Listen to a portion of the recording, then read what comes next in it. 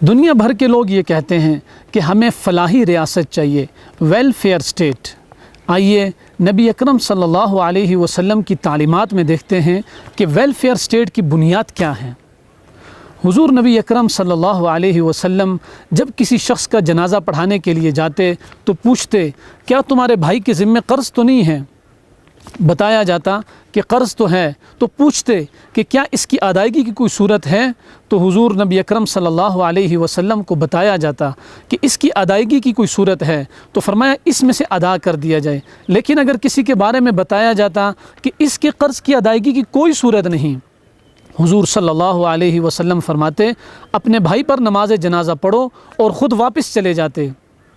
ایک موقع پر نبی اکرم صلی اللہ علیہ وسلم اسی طرح جنازے میں تشریف لے گئے اور پوچھا کہ تمہارا بھائی مقروض تو نہیں ہے؟ بتایا گیا ہاں مقروض ہے۔ فرمایا قرض کی ادائیگی کی کوئی صورت ہے؟ تو بتایا گیا کہ یہاں تو کوئی صورت نہیں ہے۔ حضور صلی اللہ علیہ وسلم واپس جانے لگے تو حضرت ابو قتادہ رضی اللہ عنہ نے فرمایا اے اللہ کے نبی، ہمارے بھائی کو اس خیر سے محروم نہ فرمائیں، آپ جنازہ پڑھائیں، قرض کی ادائیگی میرے ذمے ہے۔ اس کے بعد نبی اکرم صلی اللہ علیہ وسلم نے اسلامی فلاحی ریاست کا اصول بیان کیا اور فرمایا من ترک مالا فلورثته، کہ جو شخص اپنا ترکہ چھوڑے، مال چھوڑے، جائیداد چھوڑے یا کوئی دوسرا ساز و سامان چھوڑے وہ اس کے وارثوں کے لیے ہے۔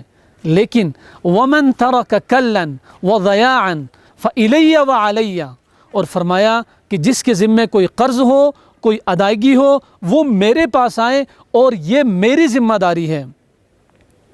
اسلامی دنیا کے معروف اسکالر حضرت مولانا زاہد الراشدی حفظہ اللہ فرماتے ہیں کہ تاریخ کا طالب علم ہونے کے ناطے میں یہ کہہ سکتا ہوں کہ تاریخ انسانیت میں اتنا خوبصورت جملہ اور اتنی بڑی سخاوت کسی جگہ نہیں ملتی۔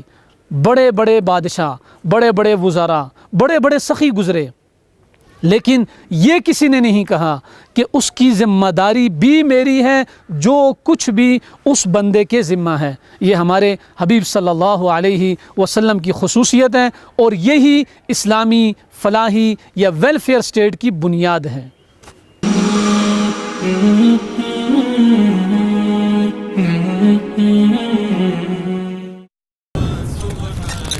رسالہ اردو